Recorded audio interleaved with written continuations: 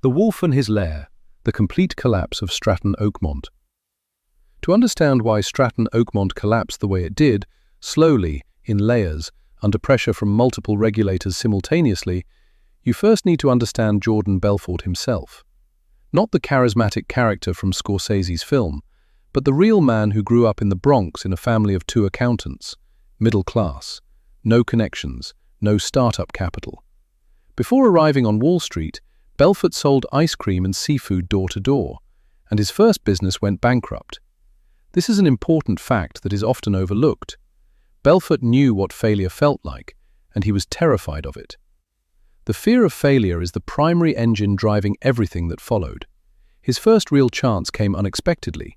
He landed a job at L.F. Rothschild, a respectable brokerage on Wall Street, just in time to witness the massive market crash of 1987. After the crisis, the bank collapsed, and Belfort was thrown out onto the street. A second blow in just a few years. He was 25. That's when he stumbled into another universe entirely, the world of penny stocks. Stratton Oakmont was not on Wall Street, either literally or figuratively. The firm operated out of a nondescript office park on Long Island, a deliberate choice that kept the company outside the immediate sight of Manhattan regulators. Belfort first joined Investors' Center, a classic boiler room. There he absorbed the central lesson. An investor doesn't buy a stock, he buys the voice on the other end of the line.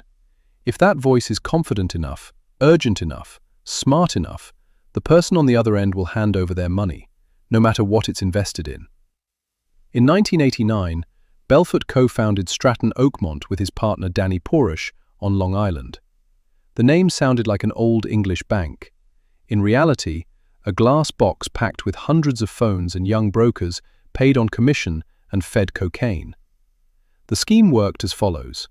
Hundreds of Stratton Oakmont's brokers used high-pressure cold-calling tactics to push low-priced stocks on middle-class investors across the country.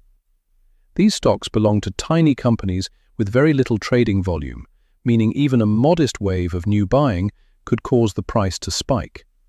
Brokers would tell a client, "Listen, I probably shouldn't be telling you this, but we have some information about this company." They promised insider knowledge. They promised rapid growth. Stratton would often lure clients in by letting them make a profit on their first trade to build trust. It's a classic technique. A small win turns a skeptic into a loyal buyer. The firm's motto, which Belfort drilled into every broker: "Don't hang up until the client buys or dies." Pump and dump isn't just a textbook term. Stratton Oakmont had a refined, almost assembly line system. Step 1. The firm quietly accumulated large positions in small company stocks at rock-bottom prices. These companies were either shells or on the edge of bankruptcy. Step 2. Brokers launched a mass-calling campaign. They used misleading claims and false projections to create the illusion that these stocks were strong investments. The price started to rise, genuinely rise, because real people were genuinely buying. Step 3.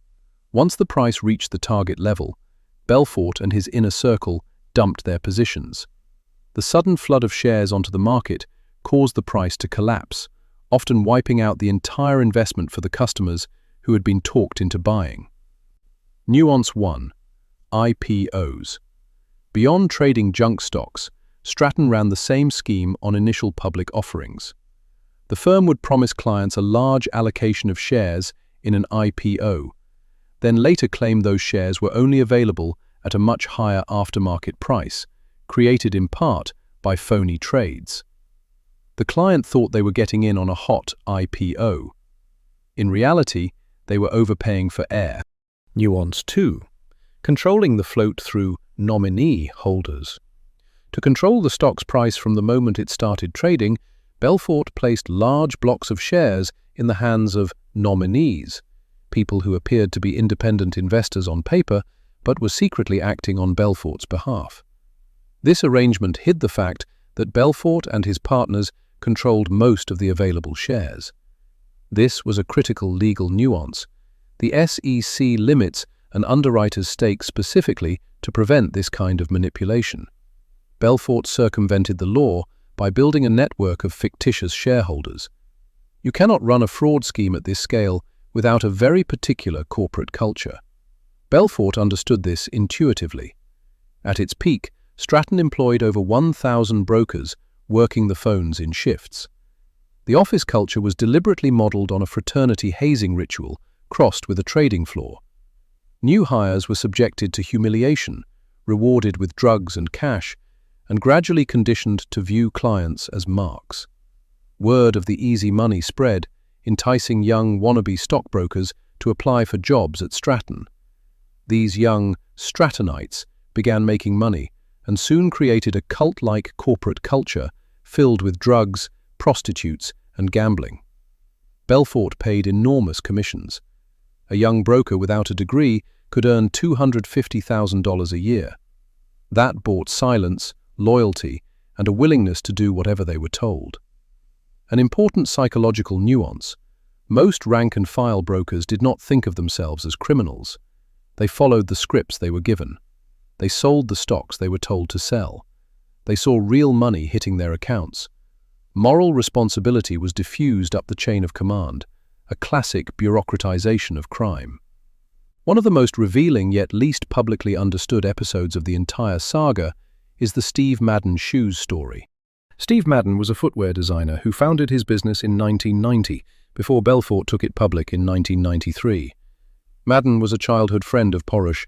That's where the connection came from. The scheme looked perfect on the surface. Stratton Oakmont served as underwriter for the Steve Madden IPO, giving the firm a legitimate face. They were ostensibly helping a real business reach the public market. But behind the facade, the same manipulation was running. Belfort heavily invested in Steve Madden shoes, then used his controlling interest to take the company public. Once the price rose high enough, he sold enough shares to recoup his initial investment, meaning the remaining shares cost him nothing and were now valued higher than ever. However, by SEC rules, an investment firm sponsoring an IPO is only allowed to own a limited stake in the company whose shares they're selling. But Belfort and Stratton Oakmont held on to far more Madden stock than they were legally allowed. From 1991 through 1997, Madden was a key participant in a series of manipulations orchestrated by Stratton and Monroe Parker Securities. Both firms gained control over the float of each stock by issuing IPO allocations to persons who had entered into secret agreements to serve as flippers, receiving shares with the understanding they would sell them back at prearranged, below-market prices once aftermarket trading commenced. The outcome for Madden: Steve Madden served 31 months in federal prison for his role in the stock fraud, a sentence actually longer than Belfort's 22 months, largely because Belfort's cooperation with investigators earned him a significant reduction. This is the part of the story the film depicted schematically, but the reality was far more intricate. Belfort understood that the SEC would eventually catch up with him. That meant the money needed to be hidden, physically moved out of the United States. Belfort traveled to Switzerland in secret, where the bankers he met spoke openly about how the Swiss banking system conceals huge sums of money, and how it was their policy not to cooperate with foreign institutions such as the American SEC. The problem: accounts in Belfort's own name would be frozen the moment authorities filed any request. He needed trusted individuals, nominee account holders. These people would have the unenviable task of smuggling large amounts of cash across the border, so Belfort had to use people he could trust, who were also unlikely to arouse suspicion, including his elderly British aunt. Friends and family members would strap money to their backs in order to smuggle cash from the US into Switzerland. This is not a metaphor. Literally, bundles of banknotes under clothing through customs checkpoints. A nuance worth understanding. The very fact that Belfort was relying on relatives and an elderly aunt reveals how constrained he was when it came to professional laundering infrastructure. Real organized crime organizations have professional channels. Belfort had improvisation, and that improvisation was one of the key reasons the FBI was able to build a case against him. Too many people knew too much. Despite his drug use, the firm continued to grow, and Belfort decided it was in his best interest to hide his illegal profits from the government by opening a Swiss bank account. Simultaneously, he financed the creation of two additional brokerage firms, Monroe Parker Securities and Biltmore Securities, apparently trying to spread the risk. One of the most important nuances of this entire story: Stratton Oakmont did not collapse suddenly. It was strangled slowly, over 7 years, under sustained pressure. And that timeline says a great deal about the systemic failures of financial regulation in the 1990s. The firm caught the eye of the National Association of Securities Dealers from its earliest years, and in 1996 it was finally shut down for fraudulent practices. Here is how it unfolded, step by step. 1991. Forbes publishes an article about Belfort, describing him as a kind of twisted Robin Hood who takes from the rich and gives to himself and his merry band of brokers. This was the first public attention paid to the scheme. It did not slow Belfort down. 1994. The SEC concludes its investigation and files civil securities fraud charges. Stratton Oakmont paid $2.5 million to settle the civil securities fraud case. The settlement also banned Belfort from running a firm, and as a result, he sold his share of Stratton. A critical nuance: Belfort sold his stake, on paper, but he continued to run the firm through Porush. The regulator removed his name from the documents, but not from the building. This is a textbook example of how financial criminals use corporate structures as a shield. 1996. In December 1996, the NASD finally had enough information to expel Stratton Oakmont and put it out of business. Within weeks of the expulsion, the Securities Investor Protection Corporation petitioned for Stratton Oakmont's liquidation in federal court. By late January 1997, the firm was being wound down, but there were still no criminal charges. Belfort was free. After Stratton Oakmont was shuttered, Belfort did not stop. He was living extravagantly: a yacht, private planes, a mansion. And it was precisely that lifestyle that drew the FBI's attention. Belfort soon became aware that not only was the SEC investigating him, but the FBI was also investigating him under suspicion of money laundering. He then realized that many people from his inner circle were working against him and giving information to the FBI. This was the psychological breaking point. His circle was disintegrating. People he had paid, protected, entertained at parties were giving testimony. Informants were everywhere. This chain of events further increased his drug use. Police were called to his house after he reportedly kicked his wife down the stairs and then drove the car through the garage with his children inside. The man who had controlled thousands of people and hundreds of millions of dollars was losing control of himself. Drug addiction is another fundamental nuance here. It wasn't simply part of his lifestyle, it was the cause of increasingly reckless operational security failures. In 1998, Belfort was indicted on charges of securities fraud and money laundering. Belfort struck a deal with the FBI. He agreed to wear a wire and gather enough evidence to put many of his former partners behind bars. This is perhaps the most morally complicated nuance of the entire story. Belfort gave up everyone, absolutely everyone. He wore a wire against people he himself had recruited into the crimes, against partners, friends, employees. He essentially became a weapon of the state against people who trusted him more than anyone else in their lives. What did he get in return? Despite admitting to manipulating the stock of 34 companies, Belfort escaped with only a 2-year jail sentence, thanks to his decision to cooperate with the authorities. Co-founder Danny Perush received 4 years. He actually served 22 months. Belfort was ordered to pay roughly $110 million in restitution to more than 1,300 victims. The nuance that rarely gets discussed: decades later, the bulk of that restitution remains unpaid.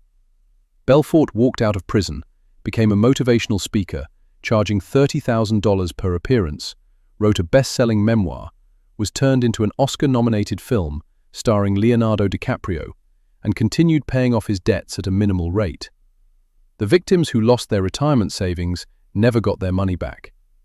The story of Stratton Oakmont is not a comedy about getting rich. It is a tragedy about getting robbed.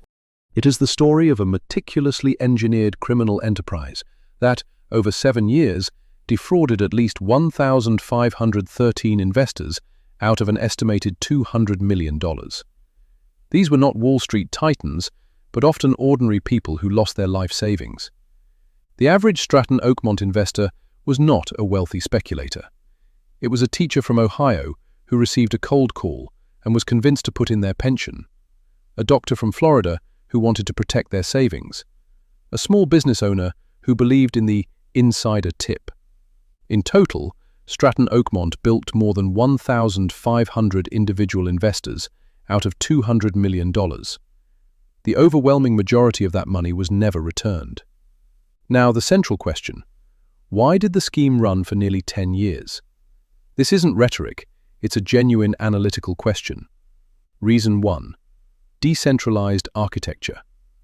Stratton Oakmont was structured so that each broker only knew their own level.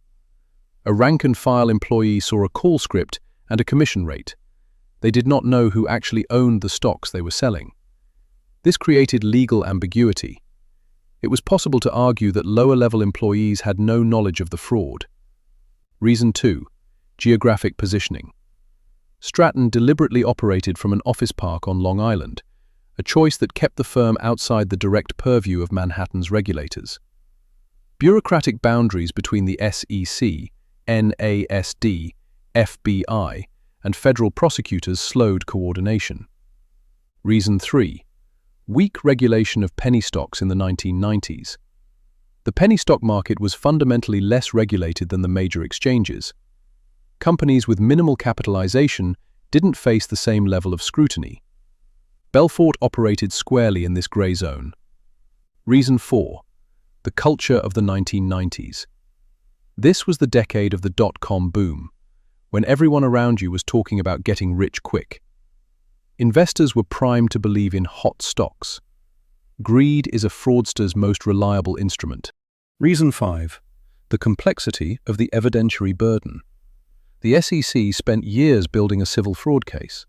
The FBI was constructing a criminal case in parallel. Even after the firm was shut down in 1996, it took 3 more years for Belfort to be indicted. That window of time was precisely what he used to move assets offshore. Section 230 of the Communications Decency Act was created in response to Stratton Oakmont, Inc. versus Prodigy Services Co., a little-known but significant legal legacy. A landmark case involving Belfort's firm helped shape one of the foundational principles governing the modern Internet. Stratton Oakmont indirectly influenced how the entire online world operates today. Danny Porush received 4 years and was released early. Belfort published his memoir in 2007, which Scorsese adapted into his Oscar-nominated film in 2013. The former fraudster became a celebrity. The 1,513 victims were real. And the fact that Belfort emerged from federal prison to become a motivational speaker, charging $30,000 per appearance, is the kind of ending that no fiction writer would dare pitch, because no audience would believe it. The collapse of Stratton Oakmont was inevitable for 3 reasons. First, the scheme depended on constant expansion. To pay previous participants, you needed new victims. This is a mathematically unstable structure, like any pyramid. Second, Belfort created far too wide a circle of people in the know. Hundreds of brokers, dozens of nominee shareholders, relatives serving as cash couriers to Switzerland. The more people who know a secret, the higher the probability that someone will talk, especially when the threat of criminal prosecution hangs over them. Third, Belfort's personal disintegration outpaced his professional one. Drug addiction, domestic violence, the loss of any capacity for rational decision-making, all of this made him maximally vulnerable at precisely the moment he needed maximum caution. The story of Stratton Oakmont is not simply a story about greed.